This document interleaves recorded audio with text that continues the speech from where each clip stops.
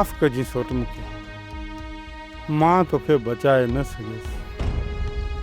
काश सोट तूं मूंखे अकबर खान जे घर खां वापसि न मोकिली हा त मां तुंहिंजे सीने ते लॻल गोलियूं सभु पंहिंजे सीने ते खां ऐं तोखे बचाए वठां। पर सोट मां तोसां अॼु इहो वचन थो करियां त मूंखे कसम आहे तुंहिंजी इन क़बर जी आली मिटीअ जो, मां अकबर खान जी क़बर तुंहिंजी हिन क़बर सां गॾु खणंदसि।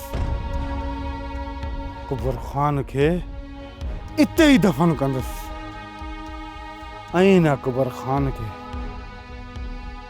पूरो करण ताईं मूंखे सुकून जी निंड हराम हूंदी सोट, हराम हूंदी।